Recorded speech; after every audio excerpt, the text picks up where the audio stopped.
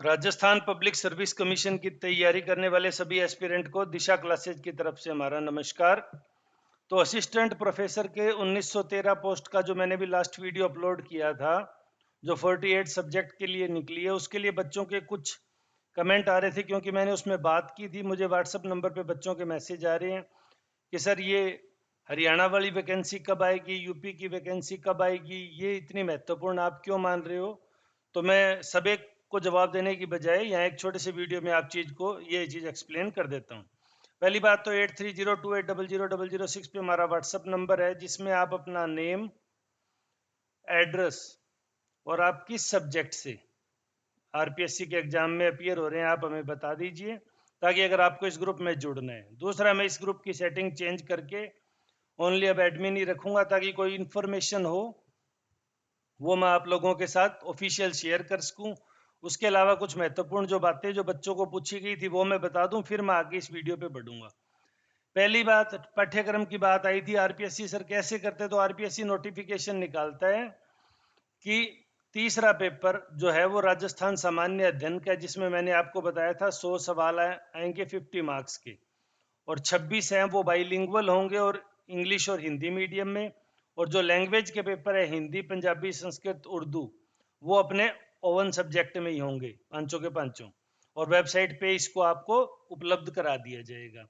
फिर हुआ ये एग्जाम की डेट अनाउंस होगी थी कि टेक्निकल में लेक्चरर की जो रिक्रूटमेंट है वो 12 मार्च से लेके 19 मार्च, और कॉलेज कैडर में 4 अप्रैल से 11 अप्रैल और 28 अप्रैल से 2 मई तक इस परीक्षा का आयोजन किया जाएगा। फिर उसके बाद ईडब्ल्यूएस के आरक्षण का एक विवाद उठा था राजस्थान में। जो राजस्थान की तैयारी कर रहे हैं वो अच्छी तरह जानते हैं। तो उन अभ्यर्थियों को आयु सीमा में छूट देने की बात आई, वो आंदोलन सफल रहा। बच्चे आयु सीमा में लाभ ले सके। ऐसा आरपीएससी की भर्ती में होता है, बहुत सारा चैलेंजेस भी आता है।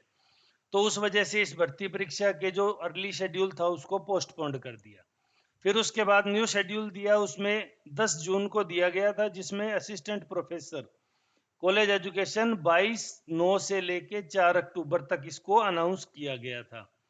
फिर 22/9 से जो 4/10 का शेड्यूल था उसमें चेंजेस किए गए, और 22/9 से 25/9 तक एक शेड्यूल में, और 27/9 से 6/10 तक, क्योंकि त्यौहार आ गया था। तो इस तरह आरपीएससी समय समय पे चेंज करती रहती है। ये बात मैं उनके लिए बता रहा हूँ क्योंकि 3 एस्पिरेंट ने मुझसे अभी ग्रुप में व्हाट्सएप नंबर पे सवाल पूछा कि सर इसका इंटरव्यू कब तक हो जाएगा। मतलब अब इस चीज का कोई क्या जवाब दे भाई, जिसका अभी एग्जाम ही डेट नहीं आई उस चीज का इंटरव्यू एक्सपेक्टेड आप अगर पूछें तो कुछ ही तुक्का मरवा लो। लेकिन इस तरह की घटनाएं होती रहती है कि परीक्षाएं 6-6 12 महीने। और देखिए राजस्थान में ये साल चुनावी साल है और नेक्स्ट ईयर है लोकसभा के चुनाव। तो इलेक्शन ईयर में थोड़ा सेंसिटिव मामला होता है, इसलिए आप सिर्फ तैयारी पे जोर दीजिए। अच्छे से सिलेबस अभी आ जाएगा साइट पे, आप उसको डाउनलोड कर लीजिए।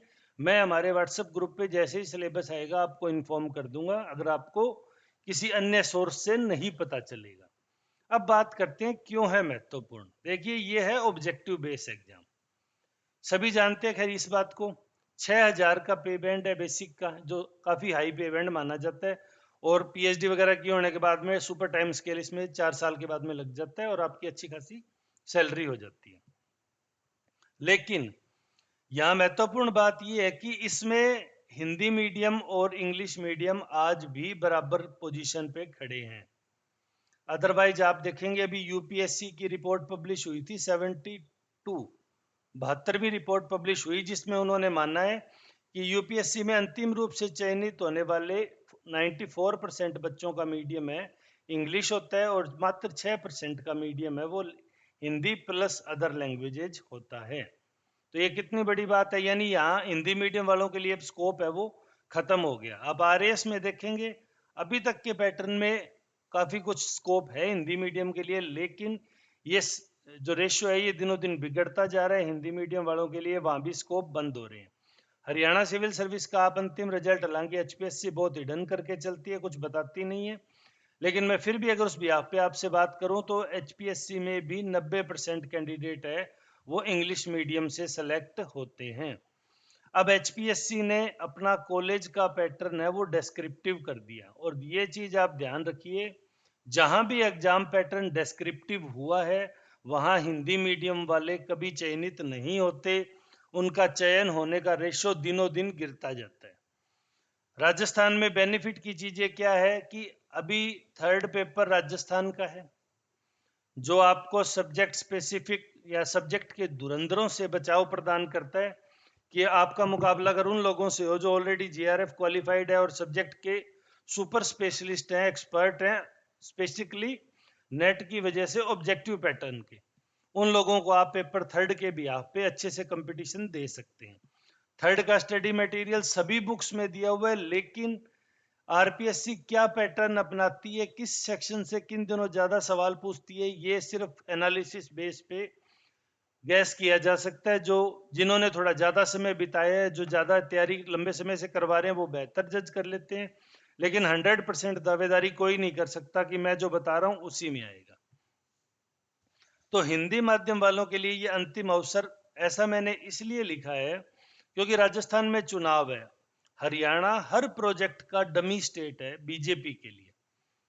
अगर बीजेपी का preliminary exam objective and after that 4 time का डिस्क्रिप्टिव मॉड्यूल कामयाब रहा एचपीएससी में तो डेफिनेटली, और सेकंड चीज, अगर राजस्थान में सरकार रिपीट नहीं हुई कांग्रेस की और बीजेपी की आ गई, जो कि राजस्थान का एक राजनीतिक चलन है, तो ये मॉड्यूल राजस्थान में भी इंप्लीमेंट किया जाएगा। आप देखेंगे 2020 से सिर्फ पीएचडी वाले ही अप्लाई कर पाएंगे असिस्टेंट प्रोफेसर के लिए, और फिर उसके बाद में सिर्फ यूनिवर्सिटी में कर पाएंगे।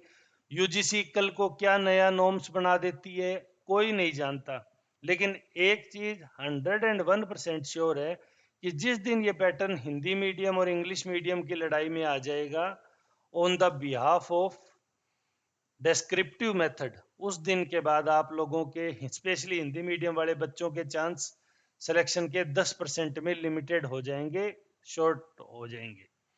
तो मेरा इसलिए आप सभी लोगों से अनुरोध है कि हिंदी मीडियम के जो विद्यार्थी हैं वो इसको डू और डाई के रूप में लेके चलें, क्योंकि अभी एचपीएससी का पैटर्न आएगा, नो डाउट 3000 के करीब पोस्ट हैं, देखो उनमें से कितने निकालते हैं अभी किसी को नहीं पता, लेकिन एचपीएससी निकालेगी। आपको मैं एक चीज बता दूं, आरपीएससी हो, एचपीएससी हो, यूपीपीएससी हो, सभी एक ही एनुअल ईयर में कॉलेज लेक्चरर के एग्जाम निकालते हैं ताकि अपने अपने स्टेट के बच्चों को थोड़ा बेनिफिट दिया जाए। या तो वो इनके एग्जाम की डेट क्लैश कराने की कोशिश करते हैं या इंटरव्यू की डेट के साथ उलझन पैदा करते हैं, कुछ ना कुछ ऐसा करते हैं जो स्टेट स्पेसिफाइड बच्चे को मौका दे कि वो अपने स्टेट में चयनित हो सके। ये राजनीतिक कह दीजिए, पब्लिक सर्विस कमीशन की कार्यशैली कह दीजिए, जो आप इसके लिए अप्रोप्रिएट वर्ड यूज करना चाहें, मुझे किसी शब्द से कोई एतराज नहीं है। तो इसलिए मेरा हिंदी मीडियम वालों से स्पष्ट अनुरोध है कि एक तो पेपर थर्ड में चूक नहीं करनी, वो 50 मार्क्स का, आप 55 प्लस का स्कोर लेके चलें। 40 प्लस तो हर हाल में, अगर आप 40 प्लस का नहीं कर सकते आप डेफिनेटली एग्जाम से बाहर हैं। और उसके अलावा भी बहुत सारी ऐसी बातें आएगी जो समय के साथ साथ आप लोगों के साथ शेयर करते जाएंगे। चैनल पे आप जुड़ना चाहते हैं, हमने कहा है कि हम यहाँ सब्जेक्टिव ग्रुप भी बनाएंगे जिस पे सिर्फ सब्जेक्टिव आपको मिलेगा भी, हिस्ट्री के लिए कोई नई इंफॉर्मेशन, जियोग्राफी के लिए, पॉलिटी के लिए, जिन जिन सब्जेक्ट के बच्चे हमारे साथ ज़्यादा जुड़े हैं। तो ये 200 के करीब हमारे पास बच्चे हैं और भी जुड़ते जा रहे हैं। थर्ड पेपर के लिए हम डेफिनेटली स्टडी मटेरियल भी प्रोवाइड कराएंगे, सारी चीज़ें करेंगे। हम सिर्फ रिजल्ट, सब्जेक्ट का सिलेबस आने का वेट कर रहे हैं, एग्जाम पैटर्न का वेट कर रहे हैं। जैसे ही वो क्लियर हो जाएगा आप लोगों को एक अच्छा स्टडी मटेरियल मिलेगा, बहुत कम कीमत पे मिलेगा, तो उम्मीद कर रहे हैं उससे आपका काफ़ी सहयोग होगा। बाकी मैं फिर कह रहा हूँ, अपनी सेल्फ एनालिसिस जरूर करें, किसी भी coaching, not even Disha classes के भरोसे भी ना रहें। दिशा क्लासेज आपको अपने स्तर पे बेस्ट स्टडी मटेरियल प्रोवाइड कराने की एक कोशिश कर सकता है, लेकिन वो 100% इफेक्टिव हो ये कोई दावा नहीं कर सकता। तो लेकिन हमारी तरफ से और पिछले एग्जामों में हम खुद चयनित हुए तो हमने देखा है इस चीज को कि यहाँ ये बेनिफिट रहा है बच्चों के लिए। तो आप चैनल से जुड़ना चाहते हैं तो प्रक्रिया आपको बता दी, चैनल पे नए हैं तो सब्सक्राइब करके बेल आइकन दबा लें, और को आपके मन में अभी भी कोई क्वेरीज है तो आप कमेंट सेक्शन में पूछ सकते हैं। वीडियो में अंत तक जुड़े रहने के लिए धन्यवाद। आपका दिन शुभ हो।